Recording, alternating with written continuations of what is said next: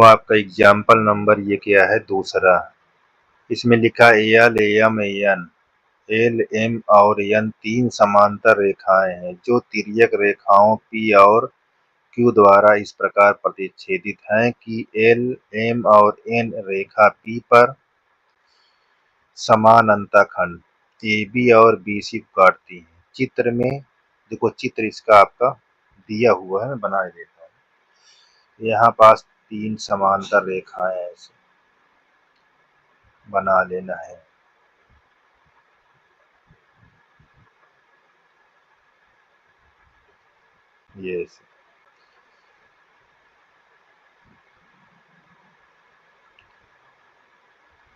ये समांतर रेखा है।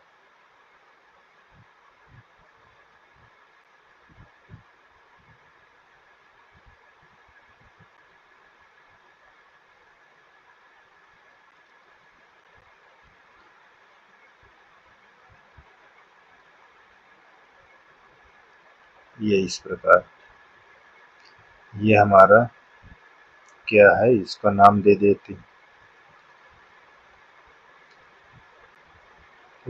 ये हमारा Q है, ये हमारा P। ये जहाँ कट कर रहा है इनका नाम देखिए क्या, यहाँ A है, ये हमारा B है और ये हमारा C है। ठीक, ये D, यहाँ E कर लो, यहाँ F। अब हमको A से F में इसको मिला दिया है, इस तरह के चित्र बता रहा है। ठीक, और जहाँ ये कट ए कर रहा है ये जी है। ठीक, इस तरह हमारा चित्र दिया हुआ पहले से आपको, ठीक है ना। अब इसको हम सलूशन करेंगे। देखो कैसे,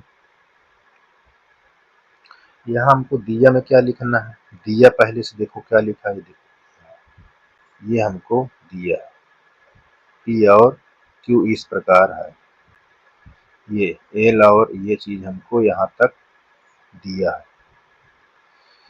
तो हम यहाँ लिखेंगे एल, दिया में कहाँ लिखेंगे, दिया एल एम और एन तीनों, अच्छा यहाँ मैंने नहीं लिखा एल, यहाँ एम, यहाँ एन, यहाँ तीनों क्या है, समांतर रेखाएं, समांतर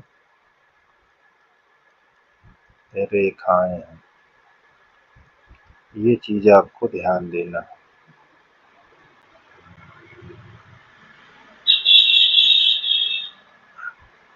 समांतर रेखाएं हैं।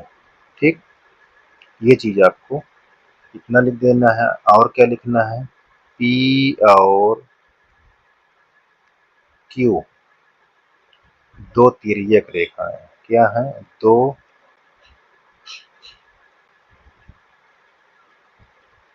तिर्यक रेखाएं हैं। अब देखो, रेखा P पर AD, देखो यहाँ कहा ना समान अंतःखंड AB बराबर BC, ये आपको दिया हुआ इतना। ठीक, अब हम यहाँ सिद्ध क्या करना है, हमको सिद्ध करना है कि DE बराबर EF, यहाँ DE बराबर EF, ये किस पर है, Q पर, रेखा Q पर, ये चीज। ठीक, रेखा Q पर। अब हम कैसे करेंगे ये चीज ध्यान देना है, बहुत ही आसान है। देखिए यहाँ आपका प्रमाण लिख देते हैं, प्रमाण या उत्पत्ति। तो इस पर आप नोट पॉइंट एक लिख देते हैं, क्या है, नोट बिंदु।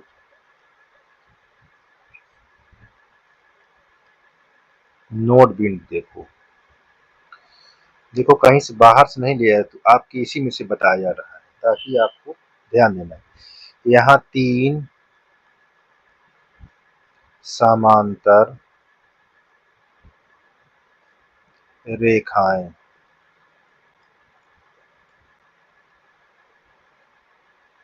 2 तिर्यक रेखाओं को काटती हैं, काटती हों,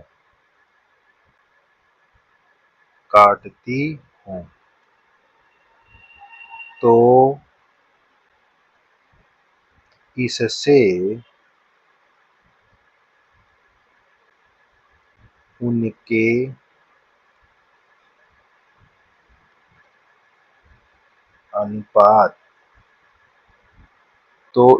उनके अनुपात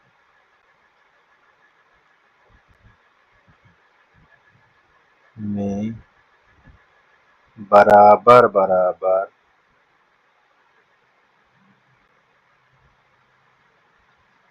खंड, तो इससे उनके अनुपात में बराबर बराबर खंड प्राप्त होता है, खंड प्राप्त होता है। ये आपको बात ध्यान देना है, बस इसी बात पर आपका क्वेश्चन सॉल्व हो जाएगा। जैसे AD अपान, देखिए AB अपान BC, इसी प्रकार DE अपान EF। तो हमारे पास ये हमको पहले मिल चुका है AB बराबर BC। तो A इसके स्थान पर रखेंगे, AB के स्थान पर हम BC रख देंगे। क्यों? क्योंकि हमको यहाँ दिया हुआ है।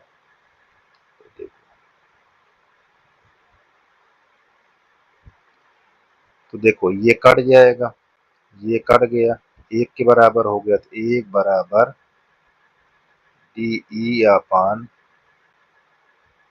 EF। क्रिया गुणा कर दोगे तो यहाँ DE बराबर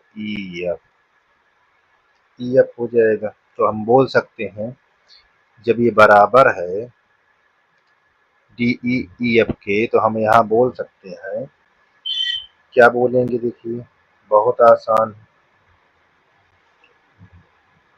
ये बोल सकते हैं कि E बिंदु, E भुजा, भुजा भुजा देखिए जो E है, ये भुजा DF को बिंदु E भुजा DEF का मध्य बिंदु है। ठीक, मध्य बिंदु है,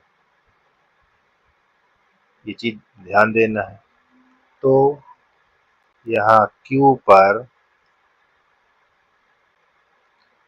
पर भी, चाहे इसको लिख दें चाहे ये बना दें, Q पर भी समान खंड होगा। ये देखो, यही तो हमको सिद्ध करना था। देखिए ये देखो, ये तो इस प्रकार हमारा ये भी सिद्ध हो चुका है। ठीक है, ये हमारा सिद्ध हो गया, इति सिद्ध। ठीक, तो इस प्रकार हमारा ये कंप्लीट हो चुका है। किसी प्रकार का कोई क्वेश्चन दिक्कत नहीं होनी चाहिए। और लाइक शेयर सब्सक्राइब अपने मित्रों से शेयर करो। ठीक है ना।